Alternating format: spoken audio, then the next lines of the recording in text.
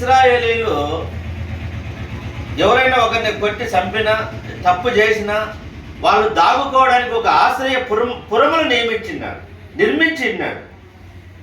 పొరపాటున ఎవరైనా ఒక వ్యక్తిని కొట్టినా మళ్ళీ వాళ్ళ వచ్చి లేదంటే మళ్ళీ రివెంజ్ తీర్చుకుంటారు కదా, కొట్టడానికి ఇష్టపడతారు.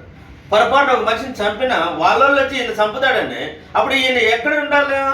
ఒక ఆశ్రయపురం దగ్గరికి చేరుకోవాలి. దేవుడే చెప్పాడు, ఆ ఆశ్రయపురం లేకపోయిన వాడిని ఎవరు కొట్టకూడదు, చంపకూడదు. అదే ఒక దుర్గము లాంటిది.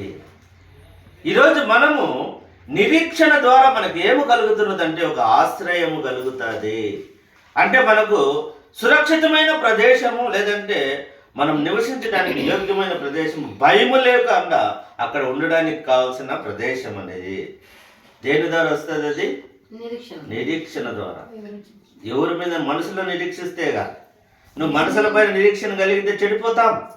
దేవుని పైన నిరీక్షణ మనకు సిగ్గుపరచదు, కార్యం జరిగిస్తుంది. నా బిడ్డలకు నాకు ఈ కార్యం నా దేవుడు చేస్తాడని నువ్వు ఎదురు చూస్తూ ప్రార్థన చేస్తూ ఉంటే నిన్నెప్పటికీ ఆ ప్రార్థన, ఆ నిరీక్షణ నిన్ను సిగ్గుపరచదని దేవుడు ఈ మధ్యాహ్నం కాల వేళ వింటున్న మనతో మాట్లాడుతున్నాడు పరిశుద్ధాత్మ దేవుడు.